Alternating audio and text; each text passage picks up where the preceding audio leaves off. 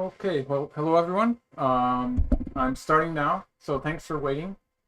How is the sound? Just tell me in the comments if you don't hear me or something like that. So just to start, I'm going to be showing a game I played against Takemiya Masaki. And yes, sorry, I'm live, but the game itself was played last week, so they don't let me televise it live. So great. So Commander Joe's just told me it sounds good. That's great. Sandy Barnes, thank you. So this is my game against Takemiya. It's actually my second game. So I'll start by showing you a link, and it's going to be in the description of the video also. So you can find it there. But there's um, a link for my first game against Takemiya, which was played 30 so years ago. It was played in 1988 when Takemiya, he was the Hoinbo champion, so he had the Hoinbo title, and I think he was about to win the Fujitsu, so he somewhere around there in late 1980s to the early 1990s, he was the world champion a few times. So back then it was the Fujitsu. Um, the Fujitsu Cup was the first, one of the first world championships. And Takemiya, if I remember correctly, he was the winner twice, the first two times. So he was in his greatest form, and I was a 6-dan at the time. And that link that I put in the chat there is a link to the video I made about it. And I'll put the link in the description also, so you'll find it in the description of the video. So this game is a game I played last week, and this was in the Oza tournament. I think the Oza is Iyama right now, so maybe he's waiting for me, but I have a long ways to go because this is still the preliminaries. So I have to win my way one more game in the B section, and then I'll be in an A section, 2 or 3 games there, and then there's going to be a final section. And it's all elimination all the way to the end in those tournament. So there's no round leagues or anything.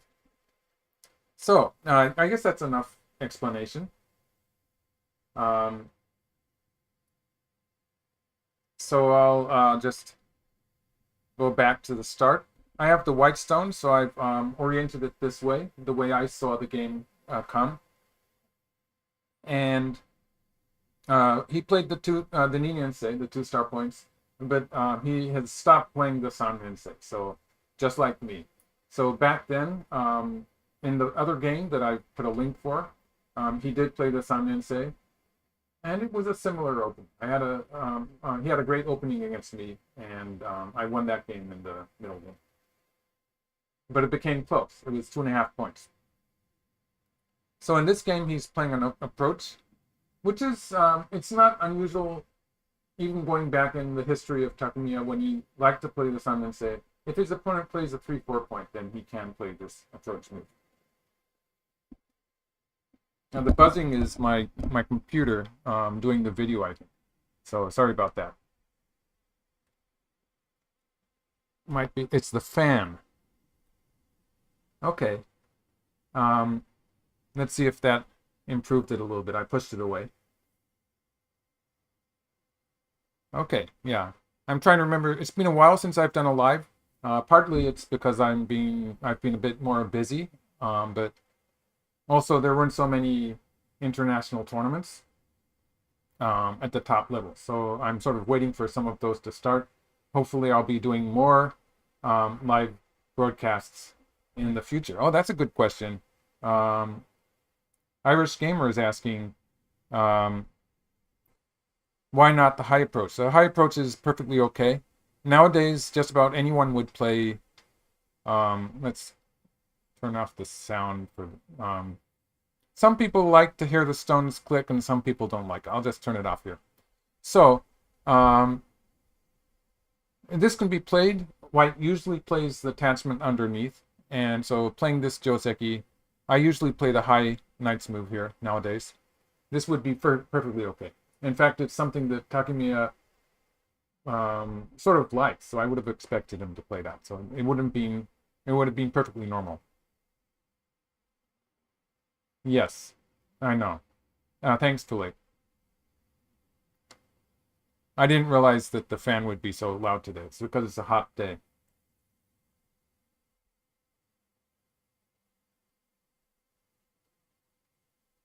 But yeah, this is pretty popular nowadays. In professional games, you will see black play the Kakari, and usually, I think my computer wants to follow up with a 3-3 point,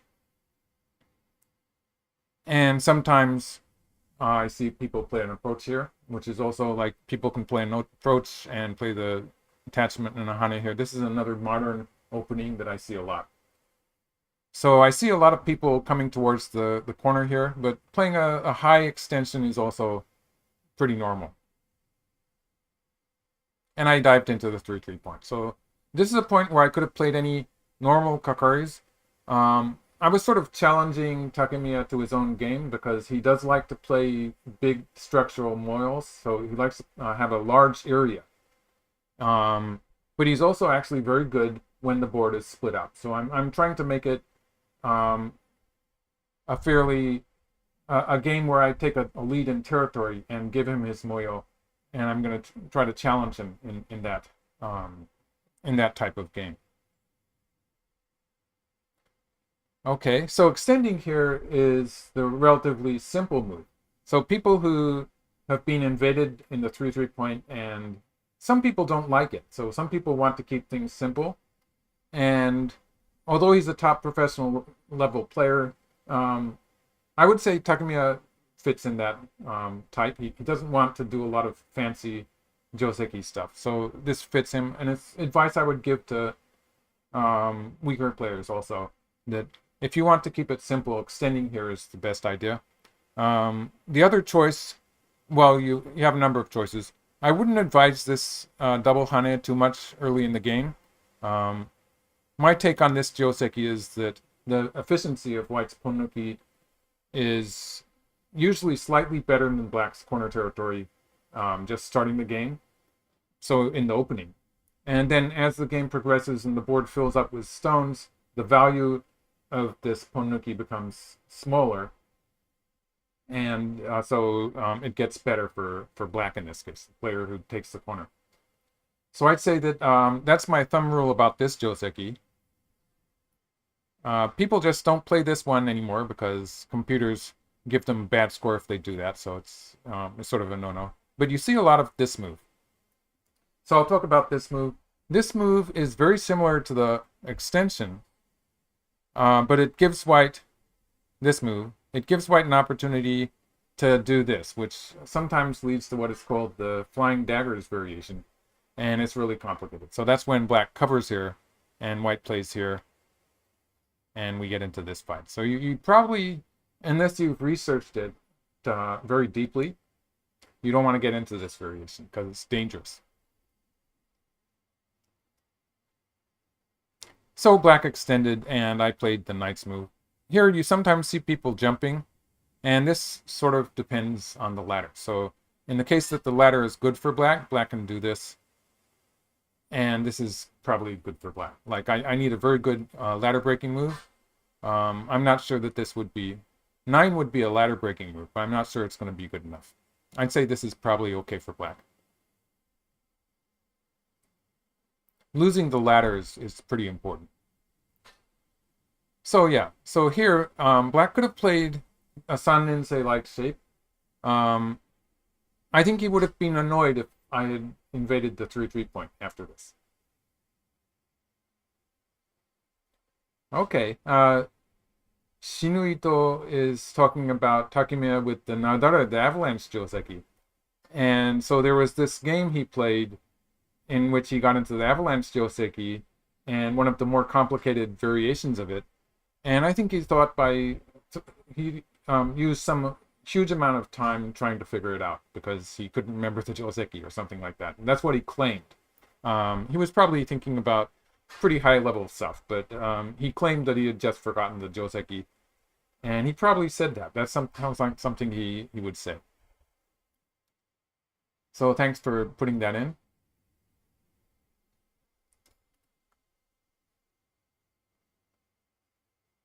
And so the game move, this does prevent white from jumping into the 3-3 point.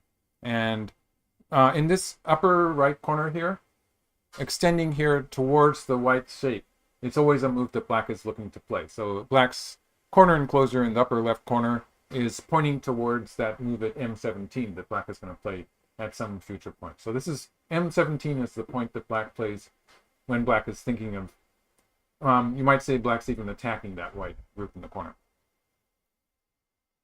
I'll talk about that a bit more when it happens. So I played here. So this is a direct attack against black's wall.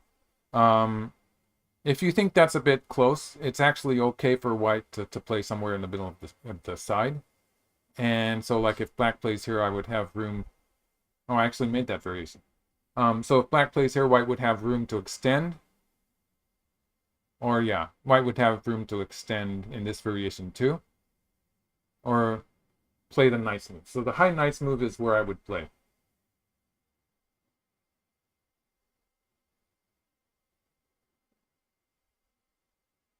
M17 looks like the good move for white now. No, not yet.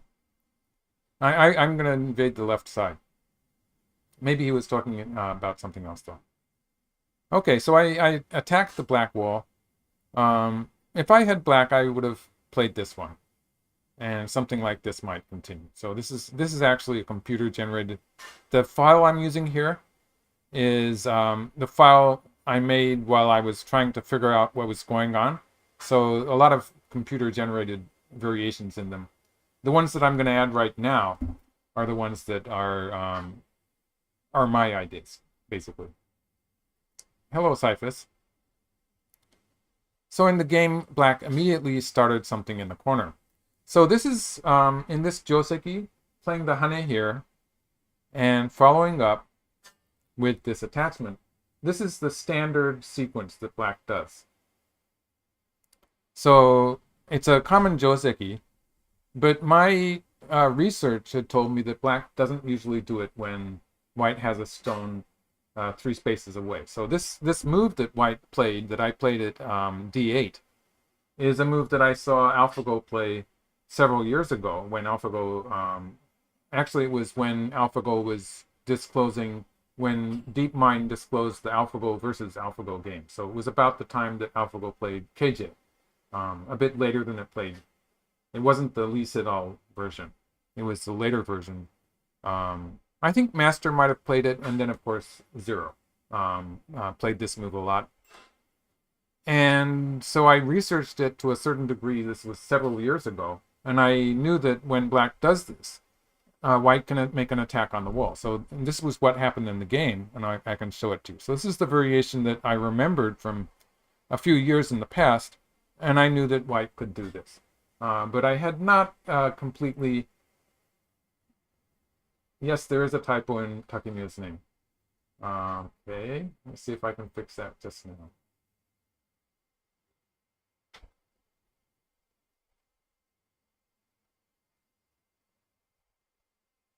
Maybe that's better.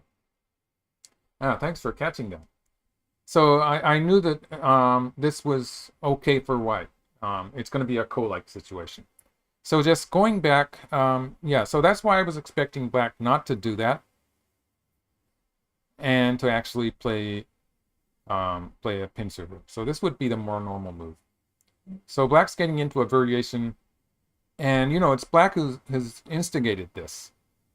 So I would assume that he knows what he's doing. But at this point, actually, my computer was suggesting maybe black would play away. So the computer variation has black playing the 3-3 point, which I think Takemiya doesn't want to do anyway. But this is what the kind of variation I was getting from my computer. And I would be eventually adding a stone here. So white actually needs a stone at 10 to completely finish off those 3 black stones. In the game, he moved out immediately. I don't want to allow black to get this point. So if black plays an attachment at f6, black's going to be able to escape out into the center. So I played here. And black has a terrible shortage of liberty. So for instance, let's just try some variations here. If black plays here and plays a hane trying to get out, white can just cut. And this is pretty much dead. So let's see. White has to curl about 4 times. And so eventually black will have to... Eventually white has to protect here.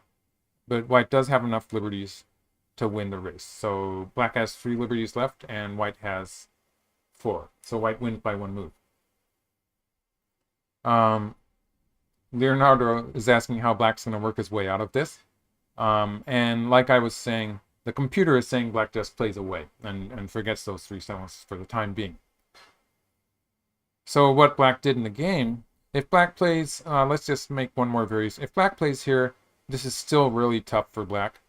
Like white can play, I think white has a choice here, but white can play this one even. And black is fairly short of liberty. So like in this variation, this is worse than the game. So you can see black is about to be captured. When black starts this ko, it's really painful because black loses these 4 stones. So the whole area becomes a white area. And so that's usually not feasible for black.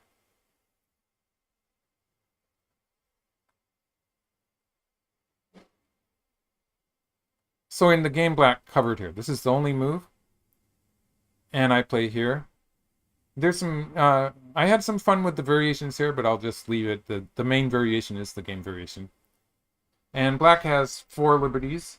White only has 3 liberties, but black is going to have some trouble filling them up. So black plays here, and I throw in here. So this is an important move. So for instance, if I play here, and black throws in to the ko here, and like this, it's going to be a ko where black takes first. And the important point here is that black's shape on the side, this is a living shape, pretty much. It's like if I surrounded it with white stones, I would be able to kill it with F1. But for most purposes, it's alive. So you could even say that if we say that white wins the ko, at the very least, if black has this forcing move, now that with that extra liberty, the whole group is alive. So I could add white stones all over the place, and it would still be alive. So that's something important when we fight the ko. In some cases, we're going to expect white to win the ko. It's important to know that the black group is alive. So that's why I throw in here, and black has to take it. If black extends here, it's going to take forever for black to win that race to capture. So it would be a much more difficult race to capture for black. So black would be able to get a ko here, but I'd have a ko threat. And so this would just be, it would be an immediate loss for black. This is bad for black also because this group here, this black group, is not going to be alive. So because of that, at some point in the game, I'll be able to attack it with a move on the second line here, which takes away black's life space. So I wouldn't answer this ko threat, and I would just finish off the ko. This would be too big.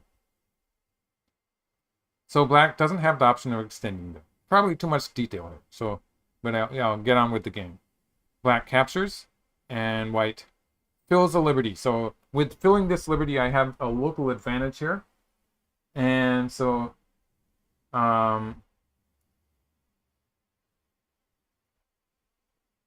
right. Irish Gamer is asking a good question. It's sort of hard to answer it. I'd say he's talking about F17. Yes. So yes, there's the idea of that move where black played here. I think basically there's the point at M17. I was talking about this a little bit, and also the fact that in this variation, maybe he was just he didn't like the variation where I'm going to jump into the through point again in the upper left corner. So he didn't want that to happen. So it's a kind of, I'd say that he didn't go for the moyo kind of as a reaction to the modern openings that we're playing. So we got to this point, and I knew that I had an advantage here. So with this position, if black throws in here, it's going to be this ko where I get to capture the 4 stones. If I capture these 4 stones, I should be happy. even if I'm losing something in the rest of the board. This is just really big. So assuming I'm happy with that variation, black can make a ko of it with this move. And so if I choose to play locally, I would play here, and I would use this ko threat. And this would be a win for white. Like I have a good shape on the outside, and so although I've lost the corner, and it's about 20 points, more than 20 points, it's 23 points, no, 22 points. My profit in upper left is big. And in the case where I win the ko,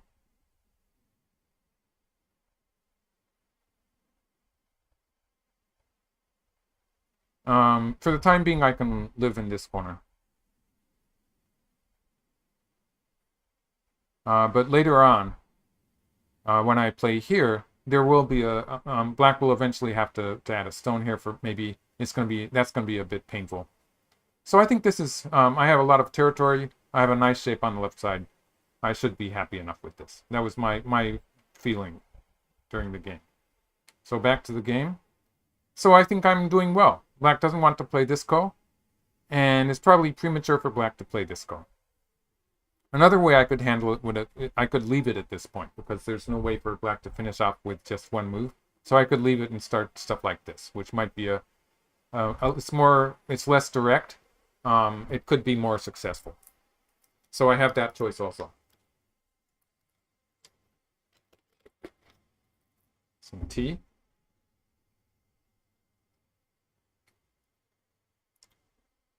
So I thought I was good. It was interesting, though, because my computer suggests that I should just play away. So if I play away, and this is something I've seen a lot, so like it's a position where black has an advantage if black plays first. And I have an advantage if I play first. But it's not a complete win for black. So black's local move is probably going to be here. And if I play the filling a liberty, he's going to win by one move. So locally, he has an advantage. I still can, although this is a ko, I sort of wish that black had thrown in first. I have to throw in this variation. I do have a ko here. So if I win this ko and I capture it C1, I'm going to get some extra liberties. It's not 100% dead yet. So there's some potential left. The moment you have some potential like this, the computer suggests you play away. So although I was really happy to play here and have a local advantage in this ko fight, the computer was saying I should play away. And I think the way I reason it is the fact that it's not a complete win for black here. And of course the game variation, this is not yet a complete win for white. It's just very difficult for black to do it immediately. I have a local advantage there. It's better for me to take this big point. And this point was actually really, it was bigger than I thought. But so the computer's going to be wanting me to play it at the next move also. Something I wasn't realizing. So in that case, white would be okay with the idea that in some cases I'm just going to lose the corner. It's okay.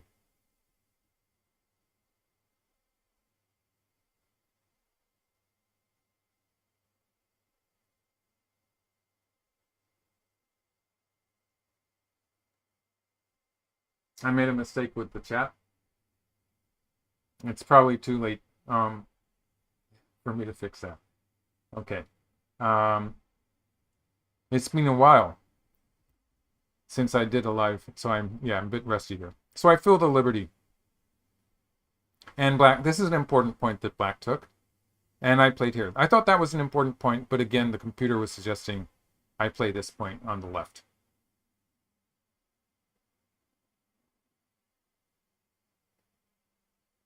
Okay, so here, this is a key point in white's shape. And this is one of the things that I've always been noticing with computer programs. They don't like that move so much. So like this was a move that first time in history that I saw it in historical games, it was in the Edo era. So it was about a few hundred years ago in Japanese games when this move was considered to be really good. So if white extends in this direction, black can play here and go down to the second line. This is going to put some pressure on white's corner. So it's not as if white's going to die, but white will need this move here, and black will have the initiative on the outside. So white pulls back. So the idea was that black is getting a good shape. If black plays here, black's getting a good shape towards the right side. So that's why people thought this was a good move. And quite often I'm seeing computer programs and some of the younger players imitate that, of course. So not playing this extension. So that would be, for instance, that would be black either sliding here or playing here and then straight down. And I think the idea is that it becomes, in this variation, is, well, actually, black might play here. It's a bit more difficult for white to make the 2i shape. With the peep here, on, even if white plays here, there's still a peep on the second line here, which is going to be annoying. So it's still a bit difficult for white to live. In this variation, actually, at any point, if white gets into trouble, there's the kick here, which usually is going to make enough room to live. So it's actually easier for white to live with this exchange, which intuitively, I think it's a good exchange for black, but I often see that the computers don't like to play it. So it's interesting. But the way he used it, by jumping on this side, is a way that it can be used. So black is looking at these two exchanges as maybe a slight kikashi for black, an advantageous exchange. This was also a possibility. If black had played here, I had planned to play this move. And so this is a variation I made with the computer. Bit confusing, right? So I'll show you first the variation that I thought was going to happen. I thought that black would answer on the right side. And something like this, and I would play the knight's move. In this variation, white's developing towards the center. These two exchanges here on the right, these two stones are blocking the ladder, so I don't have to worry about this anymore. And so I'm all set. So it's blocking the ladder. Black probably has to answer here, in which case I get to play on the left. So that was my plan. I can throw away these two stones, and it's not going to be a big deal. The two stones on the right were not important. So that was my plan, and he jumped. So he's starting to build something in the upper left now, and he takes this point. So building a moyo on the left, and the rest of the board, there's a big point here. So this is relatively a big point. The lower side is relatively small, partly because everyone's pretty much settled in that direction. I have some thickness on the top. So black's going to have trouble building towards the center, even if black makes a stand on the side. And the black group in the lower left is sort of in the way if I try to do anything also. So it's a relatively small. I'd say the mark point is one of the bigger points in the board. So maybe not as important as the upper left. So the way I saw it, the upper left is the important area right now. That's sort of threatening to be a big moyo for black. So I come in with the shoulder hit.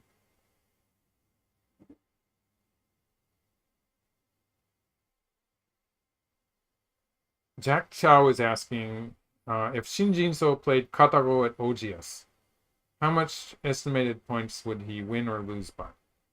And I haven't actually personally experienced the Katago on OGS. I would assume it's similar in strength to the most developed Katagos.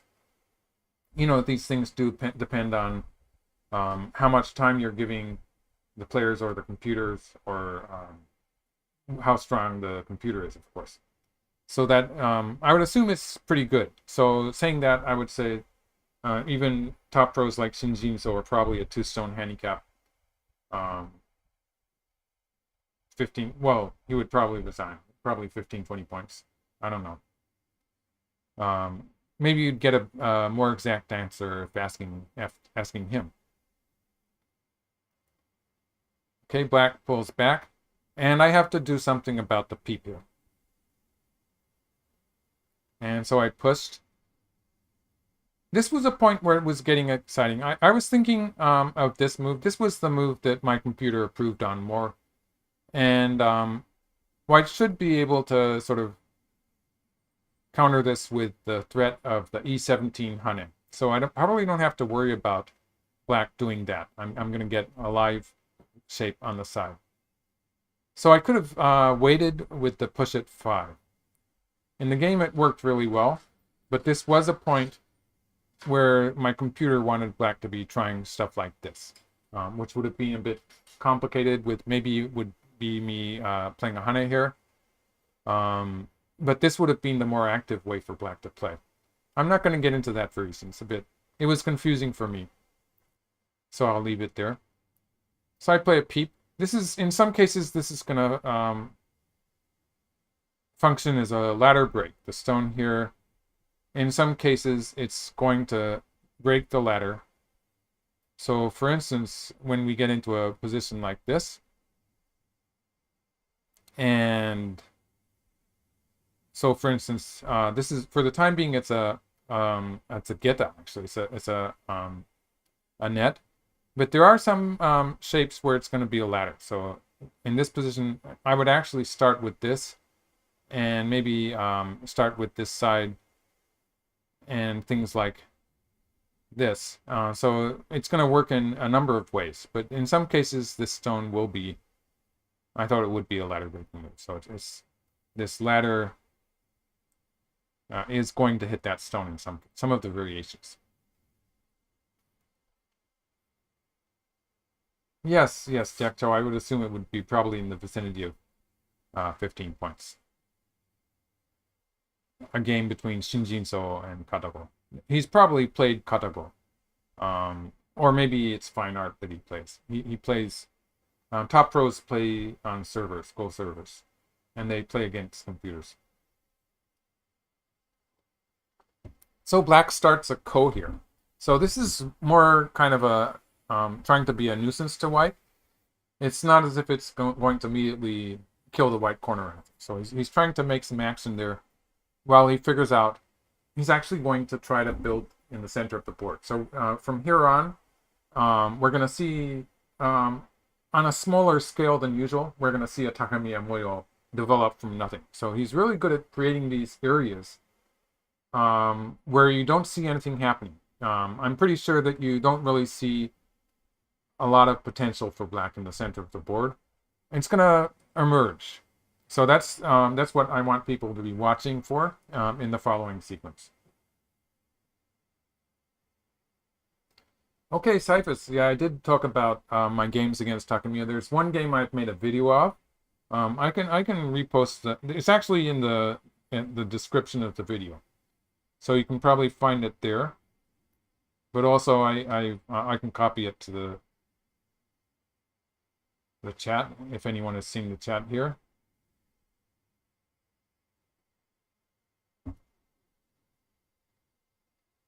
Yeah. So I made a video about my first game against Takemiya, and then that was in 1988 when he was pretty much he was maybe the most successful, one of the most successful players in the world. We won the first and second Fujitsu Cups, that was one of the first international tournaments. He won those in that period of time. I think it might have been a bit later, late 1980s, or maybe it was in the 1990s. And he was the Hoinbo, so he was a title holder in Japan. And so I beat him by 2.5 points then, so I was very happy about that. I was only a 6-dan professional. And then there was a second game, which I won also. It wasn't such an interesting game, so I haven't made a video about that yet. Maybe I will eventually. And this is actually only the third game. So that's because when I was working my way up and starting to play in final sections of some of the tournaments, he was already a title holder, so he was kind of a step above me, and it took a lot of winning for me to get to his level, even if we happened to be in the same part of the tournament, so in the same bunch of players. So it was, he was a bit remote for me, I suppose. And then in recent years, maybe we haven't been doing so well. So it's difficult. In all these elimination tournaments, sometimes it's difficult to get a lot of games against each other. So in the process of sort of trying to put pressure in the upper right corner, trying to put pressure on white, black is playing some ko-threats. And it's going to be interesting to notice that all of these ko-threats that black is playing are going to be oriented towards the center of the board. So it's pretty much, very much a Takemiya style that we're going to see. So white has to run out here. I have to save that group on the top. In a way, I'm sort of happy because I'm going to be controlling the side on the left there, and I'm starting to have ideas about the upper left corner. So black takes the ko, and I play here. I'm looking at the peep here, and sometimes I'm going to use this peep. It depends on how it develops. And so black countered by playing here. This is the strongest move. And for the time being, if I try something directly, I don't really have time to cut here. If I start adding stones, black does have various ways to play a sente move that gets rid of the cut. And so if he gets sente, he will be able to kill my group there. So it's not locally alive.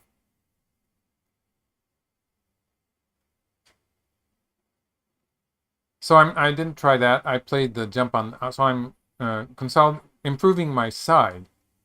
And now I'm threatening to live in the corner. So he had to play here. And so I was satisfied with that exchange. And one thing that I felt was fairly important is I created a few ko-threats in the corner. So this ko in the upper right, I have some extra leeway, some extra ko-threats to use for that ko if it starts to look ugly. Okay. So this is where the computer was suggesting I do something like this. I'll just show you the variation.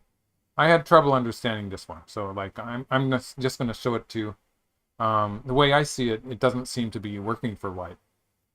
But one important point that I learned from this variation was that white 15 is a really important move. So at some point, I'm supposed to try to get this point at 15, which is going to move me out towards the center, and it's going to get rid of any ideas that black has to make them oil.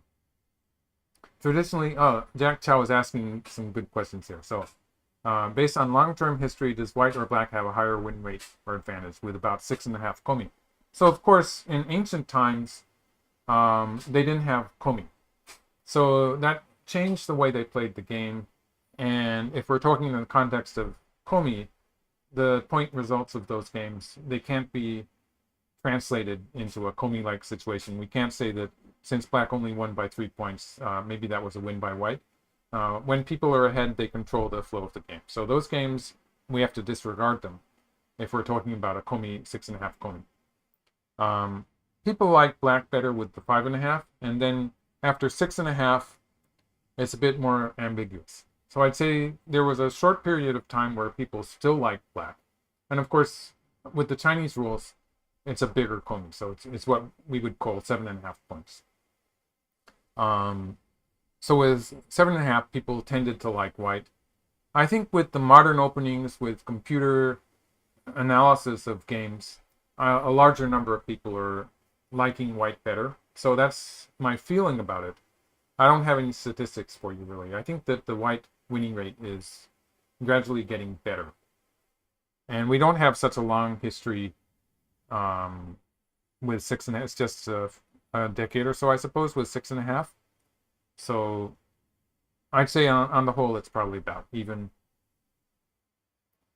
And Leonardo, exactly. So at any point, I should be playing a move at 15. In this variation, white did have to deal with the threat of black jumping in here. So all of this stuff that white is doing on the top side is to reinforce that white group and make it a bit stronger. So that's my understanding of this variation. What I did was I played here. And in this variation, there is an annoying peep here. So I actually added a stone to that. And with this, I've created some very strong ko-threats towards the corner. So when black takes the ko, this is actually threatening to kill the black corner. So it's a very forceful ko-threat. The upper right corner, if black cuts here, and wins the ko, this would be, I would be in trouble here, but it's not going to be an outright death of this group. So like I could do stuff like this, and I could probably get something like a ko out of it. So it's not 100% dead, but it will be very painful. In this case, if I captured the upper left corner, I can probably start thinking about sacrificing that group. So it's a bit easier for me.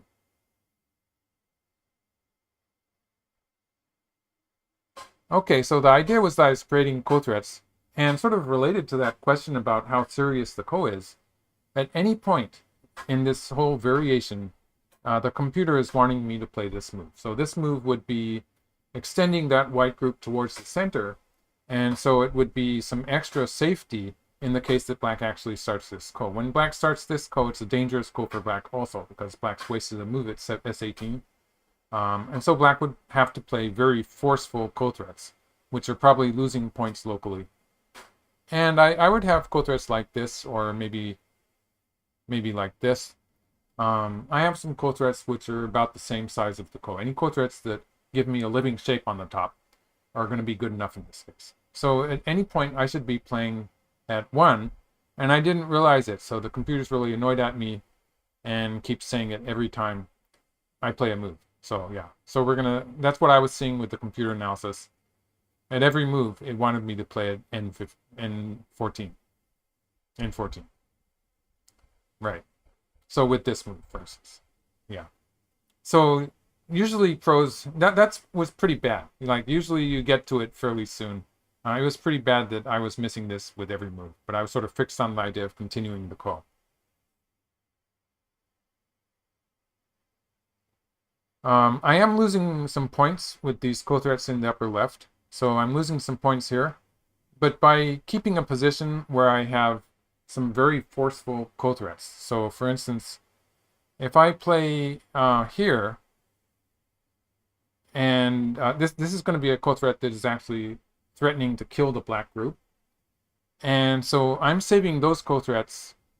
I'm saving them for this ko, which hasn't happened yet. So we have this ko that was sort of pending from the start of the game. If black ever starts that ko, I know that I have these forceful ko threats that are big in the upper left corner. So that was my strategy here. I'm losing some points in the upper left, but I'm keeping the pressure on so that black cannot start the ko in the lower left. So that was my idea. I thought I was doing something clever there. But yes, finally black takes this point at 014. And so at this point, the AI is starting to like the game for black. So most of the game, after the lower left corner, the AI liked me. Oh, we have a Japanese visitor, Haken Kaisha. Konnichiwa. So most of the time, sorry about all the English. I hope you can keep up with it. So it was liking white for most of the game after the lower left corner. But once black gets to this point at 014, it's starting to like black. Yes, and we have a moyo suddenly. And so I connected here. This is threatening black on the right, so black answered here. And now I have to, he's already, it's a moyo. It's actually very close to a territory. So I don't really have a lot of options of getting rid of it. But I do have some potential to attack black on this side. So what I did here is I played here, and I'm threatening, I'm thinking of playing a stone somewhere around here to capture the lower side. So that was my idea, and actually black answered here. In the fight here, it was really confusing, to be frank. The computer analysis was confusing, but my general reaction to all of it was that at some point black has to finish off the center. So this, if black can do this and find, it will be tough for black on the lower side, but black has to sort of combine the idea of surrounding the center with reducing whatever white can get on the lower side. So pushing here was one of the possibilities. And at the very least, black has to be a lot more active with how black defends the lower side. So moves like this and moves like this. I I also was seeing variations in this one where I played one more forcing move. Obviously, I'm threatening to jump in to this point, which would be pretty devastating. This is turning into a double threat with white threatening to play this point. So there's that threat there, but still the computer was giving black better points, better winning percentages with aggressive active moves like this. In the game black played here. And like I haven't done anything fancy, but just in this sequence, it suddenly gets a bit better for white. It's a close game now. And throughout this, actually, the game was pretty close. So like, even when I thought I'd had a great victory here in the lower left corner, or at least I knew that to some extent black had messed up, it was only giving me something like a 1.5 point win or something like that. Okay, Irish Gamer is showing us his Japanese. He said he's studying English. Okay, so where is black's territory? Well, you know, it's interesting. It's actually a very close game. Black has a nice territory now in the upper left corner. For the time being, that's something like, it's more than 15 points. Black has a small territory on the lower side, and this territory in the center is sort of cramped, but it is bigger than you might think. So white has something like 20 points in the lower right, and 10 points, 10, 15 points on the left, and a few less than 10 points. Well, it's almost 10 points in the upper right corner. So let's see, that's 20, 35, 45 points. Plus this ko in the lower left. We don't really know yet whose territory this is. So although I think I'm going to win the ko here, I do have to add 2 stones to that to be 100% sure. So the balance of the danger there and how I feel the territory is going is going to determine how quickly and how many stones I put there. So it's a really difficult game to assess what the territory is doing when we don't know whether this is something like a 15-point white territory, or it could turn into a 15-point black territory just in the corner itself. We don't know which that is going to be. And just because it's a little bit distant, it's always going to be a ko. Even if I have a stone, there's still a potential ko there. The final result we get in this lower left corner position is going to happen very late in the endgame. So it's going to be the point where the normal endgame moves are probably going to be less than 5 points.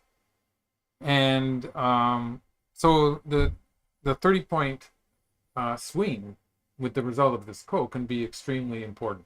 And so that's why the game it's hard to judge. That could be one of the reasons that the computer is giving relatively close results. With Katago, I'm getting point territory results as well as the winning percentage results. Okay, and so here I'm just using some techniques to reduce the black territory. If black pushes through here, I get one more forcing move with this. So that's the idea here. And he just went after this one stone. So that's a reasonable choice. And I press 2. So sometimes I'm looking at the cut here, and sometimes I'm looking at the clamp here. So I'm reinforcing my center stones, and the wedge here is going to be big, so I thought maybe it would be sente. I wasn't sure about that. So black chose this point to... This is a huge move. So this is a huge move, which... so for instance, I could have played here, and this would have forced black to probably add a stone here. Because, okay, just to keep it simple, I'll play this one. Because if black plays away, just to keep the white group alive, let's give it an eye here. And I play here, I have a forcing move here, which is going to add to my eye space. So if black does something like, for instance, if black does this, I can force with this, I can force with this, I can force with this, and then I have a living shape. So that's how I have a forcing move at 13 that can sometimes give me a living shape. If black stops it like this, I have another forcing move here. So this is threatening to connect up at F19. And then I would have a living shape like this. And so it's actually going to be fairly difficult for black to kill this. Black can kill it with this move. And so in this case, white has this big eye. So that's 8 liberties. Yeah, it looks like white's winning. So, yeah, so this is the 5-stone dead shape. It has 8 liberties. So we have to count this one, but it has 8 liberties. So if we look at just, let's give black 1 extra liberty there. In this case, black has 6 liberties left. White has, since black is played at B19, that's 8 minus 1, so 7 liberties. So let's just fill liberties just to sort of prove that I'm right. Now it's 5 liberties. And this is still 3 liberties. So I win by 1 move. So that's an example of how it's relatively difficult for black to kill that corner, and it's a lot of liberties. So that was just the simplest variation. There is a variation where it could be a ko in some cases, I think, but for the most part, it's just going to be pretty close to dead for black and very painful. So black has to answer here.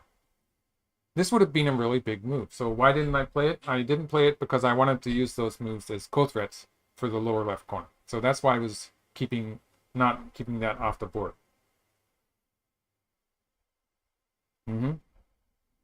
Right. Okay, so that was Rory Mitchell talking about these 2 moves.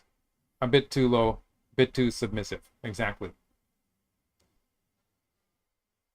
And so black plays this huge move. This makes the corner more than 20 points, but gives me time to play this move, which finishes off, pretty much, it finishes that off.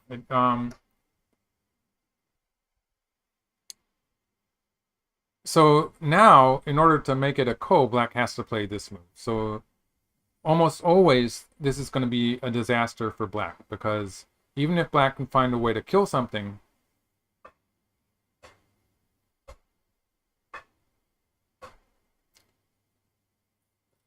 I'm going to get a huge territory here. So this is not, it's just not working for black. Like this group is going to die. So that's how almost always that ko is just not going to work for black. So pretty much for most purposes, I've killed it. And I actually calculated the score. So at this point, I played this exchange, and I felt safe that I could play here. So this is actually turning into a pretty relatively close and simple endgame now. Now that I've finished off the ko, and I did spend 2 moves there when the endgame moves were relatively small. So it's a point where I probably would have won by a larger margin if I had not been so careful. But by getting rid of the ko, I felt it was simplifying the game. And I think I knew that I was winning. So yeah, I thought that I was winning. So this is a point where white has to be careful. If white, first of all, black is threatening the peep. So locally, black is threatening a peep here, which will break into the white territory. So that's the immediate threat. But if I answer it like this, then he's going to be able to play here, and play here, and then play here. And this awkward looking shape is actually going to cut white off. So black couldn't do that before, because if black just does it immediately, this is a net. Looks sort of like my latest Tisuji problem, right? So this is a net, and now it's pretty obvious that this stone is going to be in the way of the net. So that's why black started with that move. Tricky. And I have to answer it on this side. So this gets rid of the peep. Now it's not working for black. And it protects white in the center. So after establishing that he didn't have a peep here, he was willing to add the stone on the side. So that was the order of moves there. Okay, so this is my follow-up. If black cuts here, I can cut here and connect. And now another ko. So like the game is sort of plagued with kos here. But this is another ko that black doesn't want to do, because if black plays here, first of all, he doesn't have any local ko threats, because capturing this ko has to do with all of the vulnerable white stones. So he doesn't have any local ko threats. even the lower left corner, it's not as big as the right side here. So he can't even play kotres in the corner. I would just finish the ko. Doesn't have any kotrets. And he's going to lose the whole group when this happens. So he's losing the whole side. This would be too big also. So the ko, not only is it a ko that protects all of my local stones, taking away all his local ko threats, it also is a huge bonus for white when white kills the rest of the black stones there.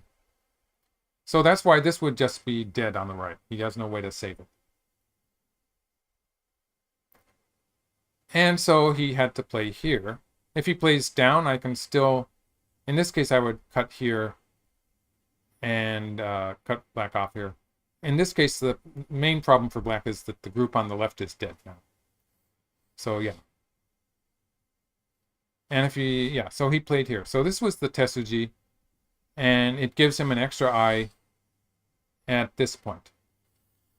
So that's how the hanging connection is working.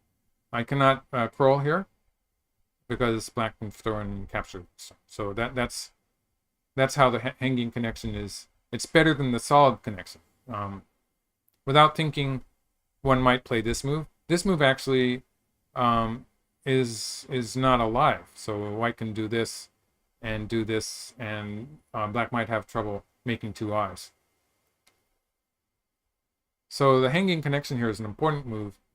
I probably should have just covered it. Like there's 2 or 3 points in this area that I'm potentially making, and that was probably more important than what I did in the game, which was I took away black's eye here. And so black got to push through once. And the value of this is that I get to connect here. So this was a point where, like, if white plays away, black will at some point be able to throw in here and capture these 2 stones. So by limiting black to 1 eye, I made this forcing, threatening to play at L2. So like, for instance, this would kill the black group. So he doesn't have time to do it that way. And he has to answer immediately. So I got to save this white stone with Sente. It wasn't such a big deal. So like the extra points that I lost on this side were probably more important. The black territory is on this side. This black territory is actually the same 4 points. And so now we're in the end game. This was N18 was by far the largest move on the board. And these 2 points were probably about Miai. But black chose the second line point because he can counter this move that I've just played at P9. He can counter that with poking out here. So that reduces the value of that. So the whole sequence here makes the move on the second line a lot bigger. And I'm starting to surround the center myself. It's not what I would call a moyo. It's pretty small. So black's forcing move here created a connection for this stone. So it's an important sequence, an order of moves. So when I actually did push through, but black has a connected ship. And yeah, I'll just show you the rest of the endgame. It's a pretty straightforward endgame, I think. Black. This is the follow-up that black was looking at. Yes, and actually, Katago didn't like me for this move. It was better to play here. And I knew that there were advantages to this move. I was just at this point, I think I'm okay in saying that I'd calculated and I knew I had enough territory. So I was playing what I thought to be the safer move. Black's setting up two moves that I'll have to put into that territory later. And this was the biggest move, almost as big. We're just taking the endgame moves in the biggest order. And finally, I got rid of the final... Well, we're going to still get some more coasts. Pushing through where? David Bird? Oh, I bet you're talking about my pushing through here. I think the honest answer is that it probably didn't make any difference. So, like, I could have omitted that and it would have just been either a potential point for black or a potential point for white. So it probably didn't make any difference.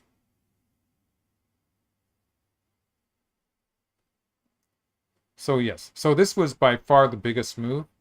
And I play here, and the ko here, this is the ko at this point it's a bigger ko than usual because it's going to make this an iPhone. So we're wrapping up. Close to the end. So like this was a ko game. So I'm going to fight this ko. And you can see again, I didn't play the 1-point moves because for one thing, I didn't want to fill my dames. And I had calculated the results. So I just wanted to finish this ko as soon as possible.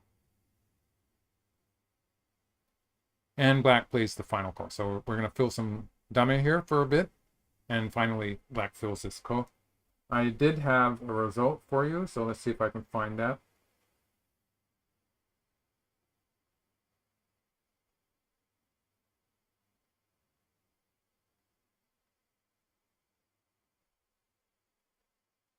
Yes, so I won by 2.5 points. So that was, I guess I came to brag here, but yeah, my third win against Takemiya, perfect record. It's I guess it's kind of a style thing. He is one of the greatest. He's a kind of a legend. He's one of the greatest players in history, and especially in when I played him the first time, he was a world champion level player. So like, it was very special. I always enjoy watching his games and playing against him because just to go back for a bit, these moves that suddenly change the way the board looks. Like, so for instance, the way just in the last 20 moves or so, the way this kind of position where it looks like black doesn't have anything at all, how that changes sort of gradually in a fairly natural sequence, how that changed into a board position where black suddenly controls most of the center. And actually, the computer likes black at this point of the game. So I guess I was a bit too focused on the territory for a while there.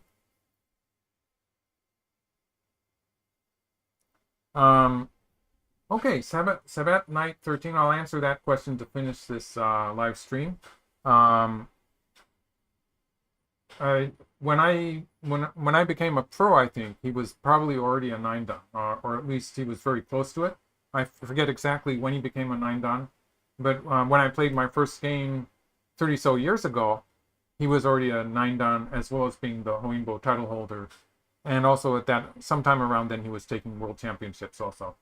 And so he wasn't in the ranking tournament anymore. 9-dans don't participate in the ranking tournament.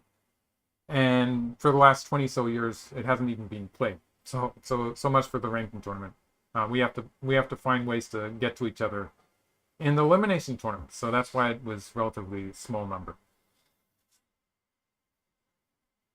Anyone can learn from AI. I'm just being pulled in by these comments. Any Ming is asking, what level do you think AI is useful to study? Just use it to find one move in each game you played where your score went down, your winning percentage went down significantly. Just I think people should just focus on maybe just one mistake in each game that they played, and you just study that and try to convince yourself that you're not going to make the same mistake next time. So that's how I do it, and I think it works for anyone. So thanks for all of you for watching. This game will be posted it's going to remain on my YouTube channel. A good chance for me to give you the link, I suppose.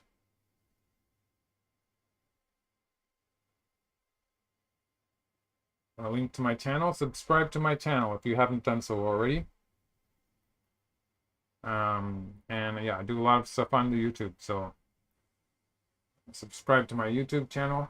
If you're interested in giving support to my channel, you can also look at my Patreon page. So that's what I'm going to be pasting here. And thank you all for watching to the end. I'm finishing here. Thank you. Goodbye.